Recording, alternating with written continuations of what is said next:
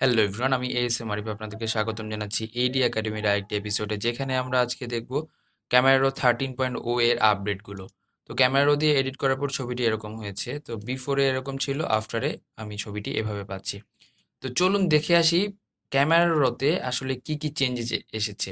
আগে যারা camera use করতেন তারা 12.3 ইউজ করতেন, এবং পরবর্তীতে জুনে 12.3 এসেছিল, আর এটা জাস্ট অক্টোবরে 13.0, তার মানে 13 যে ভার্সনটি সেটি চলে এসেছে। সেই সাথে ফটোশপও চলে এসেছে 2021। তো চলুন আমরা যদি হচ্ছে যে ফিল্টারে গিয়ে ক্যামেরা ফিল্টার ওপেন করি, তাহলে আমরা ক্যামেরা ফিল্টারটি দেখতে পাবো যে এটি হচ্ছে 13-এর আপনার যে ইউজার ইন্টারফেস সেটি। তো ক্যামেরা 13.0।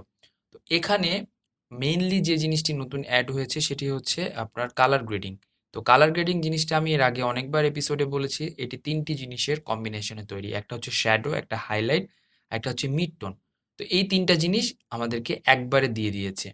তো এই জিনিসটা নিয়ে আজকে বিস্তারিত আলোচনা করব।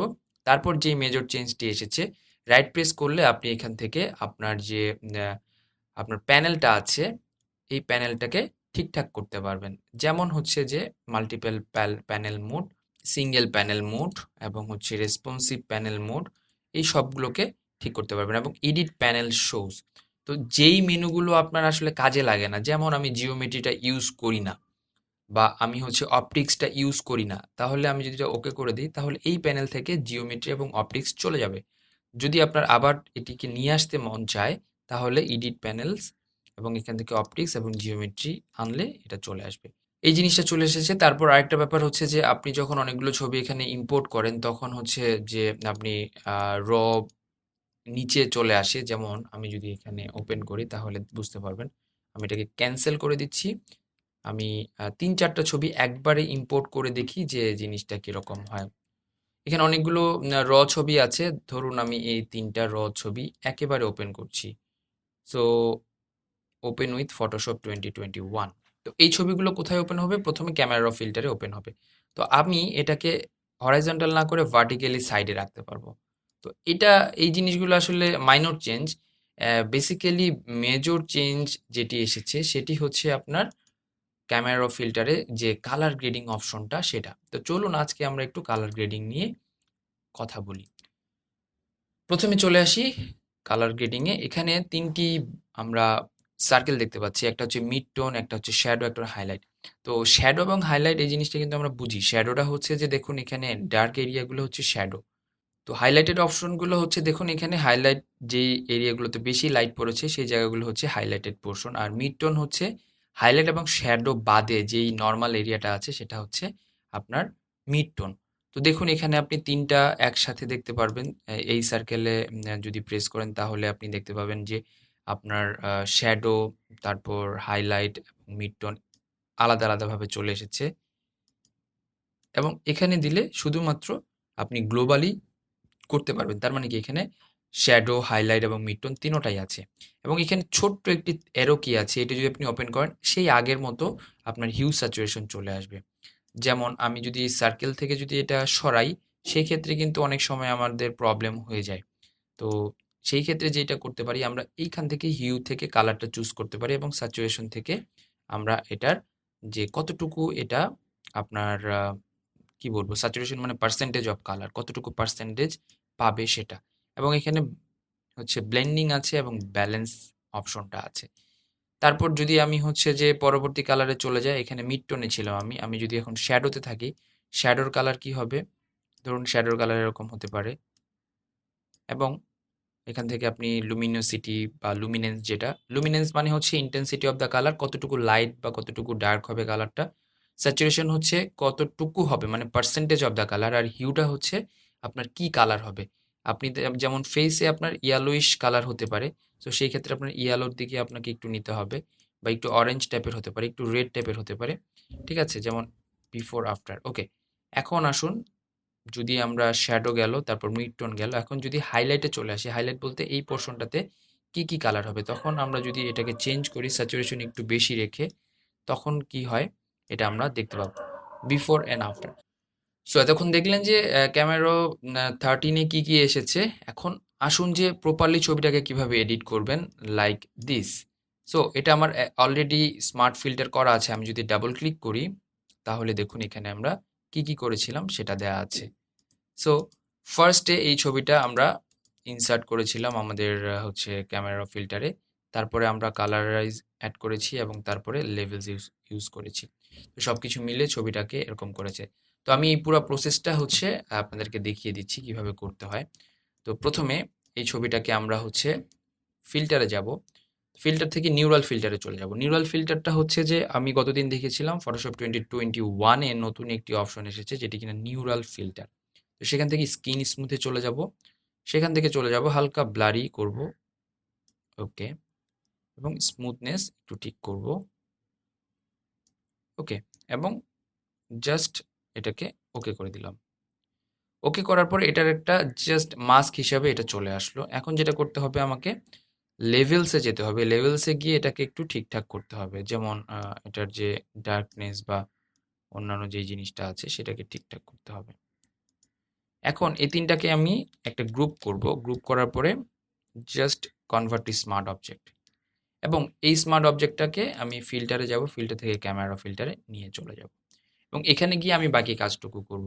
এখানে তার মধ্যে ১ম কাজ হচ্ছে আমাকে এটার টেম্পারেচার ঠিক করা, টিন ঠিক করা, এক্সপোজার একটু ঠিক করা, কন্ট্রাস্ট একটু বাড়ানো, হাইলাইট একটু ডাউন করা, শ্যাডো, হোয়াইটস একটু ঠিক করা, ব্ল্যাকস ঠিক করা এবং এরপরে যদি আমরা কালারাইজে চলে যাই, সেক্ষেত্রে কালারাইজে যে জিনিসটা আমরা করেছিলাম বা করি সেটা হচ্ছে যে সব ধরনের কালার এখানে থাকে।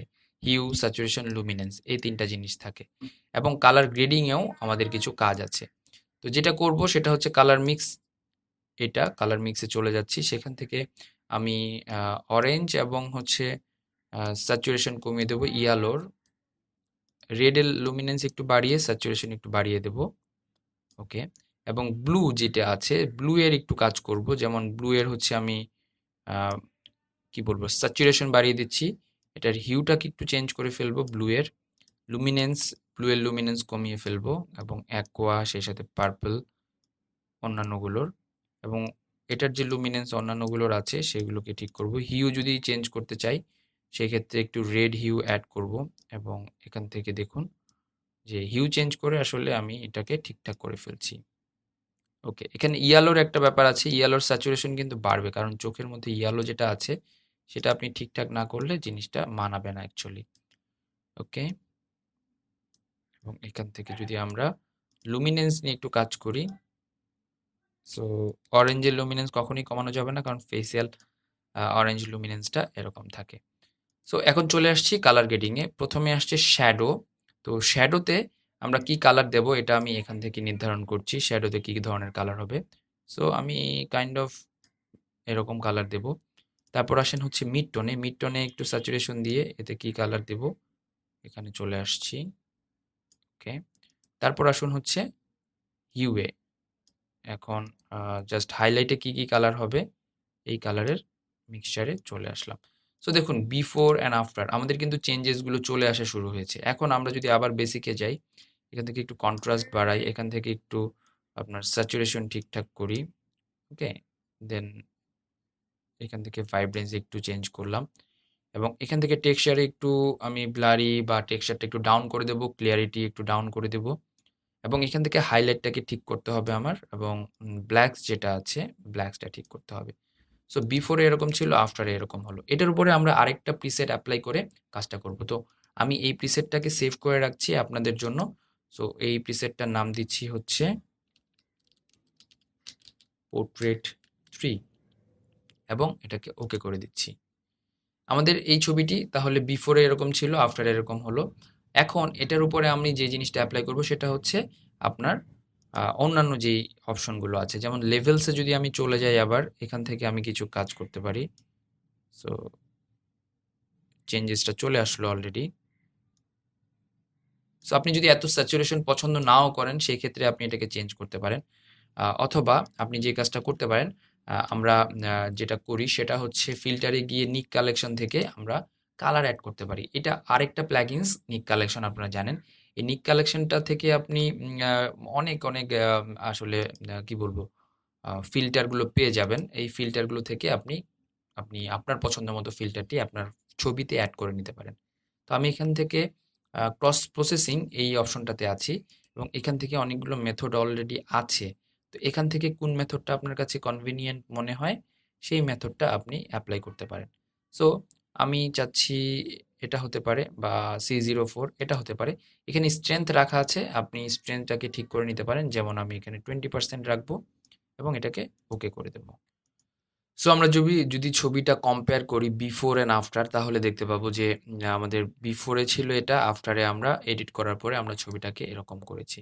সো আপনি এর উপরে আরও অনেক কিছু অ্যাড করতে পারেন, যেমন যদি আমি এখন লেভেলস অ্যাড করি তাহলে জিনিসটা আরেকটু মানে ডার্কার হবে বা আরেকটু আপনার প্রমিনেন্ট হবে। এর উপরে যদি আমি ব্রাইটনেস কন্ট্রাস্টগুলো অ্যাড করি, দেন আপনি আরও জিনিসটাকে আরও সুন্দর করতে পারবেন। So it's totally up to you man. কারণ আপনার পছন্দ কতটুকু কালার পছন্দ করে সেটার উপর ডিপেন্ড করছে যে আপনি ছবি কতটুকু কিভাবে এডিট করবেন। বাট আমি যদি কম্প্যারিজন করি তাহলে বিফোর অ্যান্ড আফটারের কম্প্যারিজনটা এরকম হয় বা এরকম হয়। সো আশা করছি এই এপিসোড থেকে আপনারা নতুন কিছু শিখতে পেরেছেন। অবশ্যই কমেন্টে জানান। ক্যামেরা রো 13 ইনস্টল করতে হলে কি করতে হবে একটু দেখিয়ে দেই। এটা আসলে একটি ফ্রি বাইস মানে ফ্রি সফটওয়্যার। আমরা যদি ফ্রি দেখি তাহলে আমরা যদি ক্যামেরা ফিল্টার জাস্ট গুগল করে ফেলি, তো গুগল করলে ক্যামেরা ফিল্টার যদি গুগল করি তাহলে দেখবেন যে আপনাকে অ্যাডোবির একটা ওয়েবসাইটে নিয়ে যাবে এবং ইটস টোটালি ফ্রি। এখানে আসলে কোনো আহ, আপনার লাইসেন্স বা কোনো কিছু বা আপনাকে পারচেজ করা এরকম কিছুই না। আপনি জাস্ট ক্যামেরা 13.3 ইনস্টলারে ক্লিক করবেন এবং আপনি যদি হচ্ছে যে উইন্ডোজ ইউজার হন তাহলে আপনি উইন্ডোজেরটা ডাউনলোড করবেন এবং ম্যাক ইউজার হলে ম্যাকেরটা ডাউনলোড করবেন। তো আমি এই যে এই ডাউনলোড লিঙ্কটা আমি আমার ভিডিও ডিটেলে দিয়ে দিচ্ছি। এখান থেকে কাইন্ডলি ডাউনলোড করে নিয়ে আপনার ফটোশপে ইনস্টল করবেন। এখানে কয়েকটা প্রশ্ন থেকে যায় যে তাহলে কি আমার আগের সব প্লাগইনস আবার ইনস্টল করতে হবে? না, জিনিসটা এরকম না। জাস্ট শুধু আপনি যখন ওই সেটআপ ফাইলটা ইনস্টল করবেন তখন আপনার ক্যামেরা ফিল্টারটা আপডেট হয়ে আগের ভার্সন থেকে নতুন ভার্সনে চলে আসবে। That's it. তাহলে এবারে too much easy to edit your photographs by using camera 13.0। তো বুঝতেই পারছেন। নেক্সট এপিসোড পর্যন্ত আজকে আমি ASM আরিফ AD একাডেমি থেকে বিদায় নিচ্ছি। ভালো থাকবেন সবাই। Keep me in your prayers. সবাই নিরাপদ থাকবেন, সুস্থ থাকবেন এই কামনা করে আল্লাহ হাফেজ।